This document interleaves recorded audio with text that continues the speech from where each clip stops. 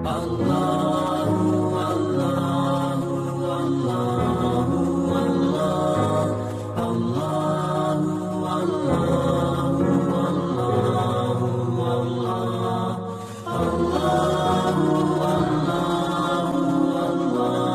তৃতীয় কথা হলো ইয়া আইয়ুহাল মুদ্দাসসির কুম ফাআনযির ওয়া রাব্বাকা ফাকাব্বির। বড়ত্ব বর্ণনা করতে হবে কার? এখন বেদাতীরা আরেকটা জিনিস সেটার সাথে বানিয়েছে, নারায়ে রিসালা ইয়া রাসূলুল্লাহ। এটা এদিকে ঢুকছে কিনা আমি জানি না, বহু জায়গায় ঢুকছে। এটার সাথে ইসলামের কোন সম্পর্ক। একজনের বড়ত্ব বর্ণনা হবে, তিনি কে? 5 ওয়াক্ত নামাজে আল্লাহু আকবার আছে না নাই?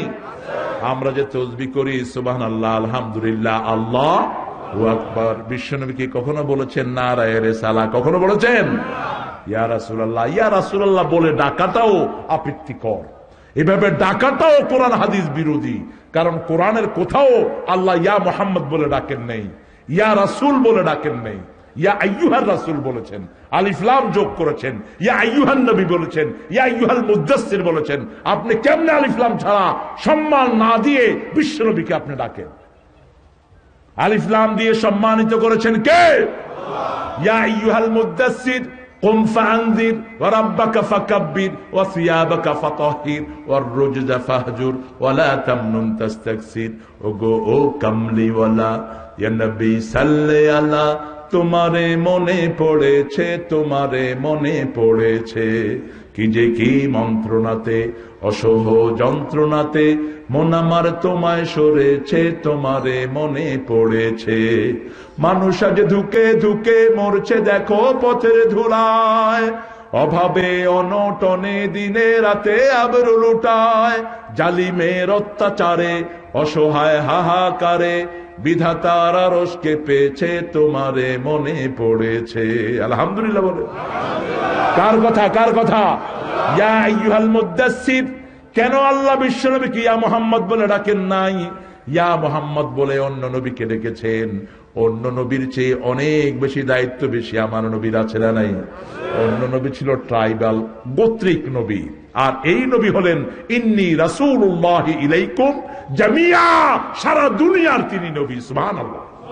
তিনি হলেন বিশ্বনবী। তিনি কি নবী? বিশ্বনবী। আবার বিশ্বনবীর সমস্ত চরিত্রের বর্ণনা দান করেছেন কে? এখন আমার নবীর বিরুদ্ধে যারা কথা বলে বাংলাদেশে এখন তারাও সোচ্চার আছে না নাই? আজকের পত্রিকায় দেখলাম ওই যে এক বেয়াদব নারী বহু আগে বাংলাদেশ থেকে ঝাড়ু পিটাকে বের হয়েছিল, কি নাম? আজকে আবার তিনি পত্রিকায় বিবৃতি দিচ্ছেন, একে টেনে ছিঁড়ে ফেলা দরকার। বিশ্বনবীর কোন দুশমন এই বাংলাদেশে থাকতে পারবে না, ঠিক কিনা? এদেশ ইসলামের দেশ, কোরআনের দেশ, এদেশ কোন মুশরিকের দেশ নয়। আমরা নামাজের আজান শুনে ঘুম থেকে উঠি, আবার নামাজ পড়ে ঘুমাতে যাই, ঠিক কিনা? ইসলাম ছাড়া অন্য কিছু আমরা পছন্দ করি। আমাদের এয়ারপোর্টের নাম কি? কেন শাহজালাল হলো বলেন? বলেন। বাড়ি কোথায়? বাড়ি সিলেট। আমি সিলেটে জিজ্ঞেস করলাম শাহজালালের বাড়ি কোথায়? এক লোক বলল আমার বাড়ির খরেদি। আমার বাড়ির খরেদি। আমি বললাম তোমার বাড়ি খড়ায়? আমার বাড়ি হলো সুনামগঞ্জ, আমার বাড়ির খরেদি শাহজালাল বাড়ি। হ্যাঁ, তোমার বাড়ির খরেদি শাহজালাল গুলো কেমনে? ওর বাড়ির পিছনে এক লোক ছিল, তার নাম শাহজালাল। আমি মনে করছি ও মনে করছে তার কথা আমি জিজ্ঞেস করছি। তিনি এতটা প্রিয় হয়েছেন মনে হয় তিনি আমাদেরই মানুষ, ঠিক কিনা? কিন্তু তার ভাষার সাথে আমাদের ভাষার কোনো মিল ছিল না, তার খাওয়া দাওয়ার সাথে আমাদের কোনো মিল ছিল, শুধু একটা জায়গায় মিল, লা ইলাহা ইল্লাল্লাহ, লা ইলাহা ইল্লাল্লাহু মুহাম্মাদুর রাসূলুল্লাহ সাল্লাল্লাহু। এদেশে তিনি তলোয়ার নিয়ে এসেছেন। কি নিয়ে এসেছেন? তলোয়ারটা এখনো আছে না নাই? গৌর গোবিন্দের বিরুদ্ধে কি করেছেন? কি করেছেন? কি করেছেন? নাকি শুধু তাবিজ দিয়েছেন? শুধু তাবিজ দিয়েছেন আর চুমা দিয়েছেন, শাহজালাল জয় করে নিয়েছেন? পুরা সিলেটকে তিনি ঘিরে ফেললেন মুসলমান শূন্য দিয়ে, সুবহানাল্লাহ বলেন।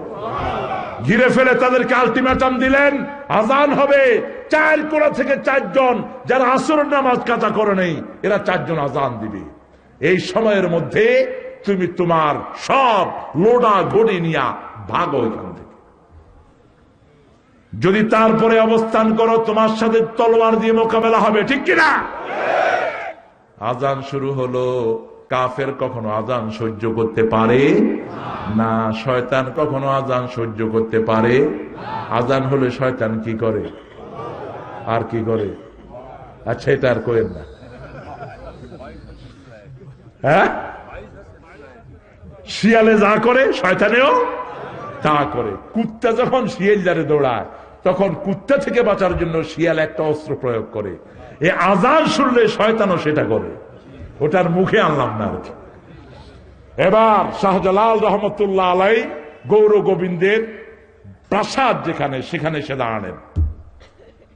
বের হও, সব বের হচ্ছে। কারণ মুসলমানদের রীতি হলো, কেউ যদি তাদের কাছে নিরাপত্তা চায়, তাদেরকে নিরাপত্তা দিতে হবে। কাউকে মারা যাবে, আবার কোনো মেয়েকে মারা যাবে না, কোনো শিশুকে মারা যাবে, কোনো বৃদ্ধকে মারা যাবে। শুধু যারা অপরাধী তাদেরকে শাস্তি দিতে হবে, ঠিক কিনা? তাও অপরাধ প্রমাণের পর, তার আগে শাস্তি দেয়া যাবে। বের খাও মা ফি, এটার ভিতরে কি? হাইয়াতুন, সাপ। এটা বের হও। দরজায় দাঁড়িয়ে আছেন কে? হাতে কি? হাতে কি? তলোয়ার। হাতে তলোয়ার। এটা মা হাদা হাইয়া, সাপ। ইয়েমেনের মানুষ। কি এটার ভিতরে? সাপ। ইফতাহ বাবা, এটার মুখ খোলা। গিয়ে দেখে গৌর গোবিন্দ ভিতরে বসে রয়েছি। কি খবর? সামে হায়ানি, মাফ করে দেন। এতলা মাফ করে দিলাম, যা। সুবহানাল্লাহ বলো। ইসলাম ভালোবাসা দিয়ে এসেছে, তলোয়ার দিয়ে ইসলাম আসে নাই। তলোয়ার দেখানো হয়েছে কিন্তু প্রয়োগ করা হয়নি। যেমন শিশুকে শাসনের জন্য হুজুর বলেছেন লাঠি রাখো, কিন্তু শিশুর গায়ে লাঠি মেরো না। কিন্তু আমাদের অনেক হুজুর পোলাপান্ডে মারতে মারতে নিজের লুঙ্গি খুলে যায়। আমাকে এক লোক বলল যে ছেলেটাকে হেফজোখানায় দিছি, হুজুরে মারতে মারতে হুজুরের লুঙ্গি খুলে গেছে। আমি বললাম নাউজুবিল্লাহ। কোন অসুবিধা হয়নি, পাঞ্জাবি লম্বা ছিল।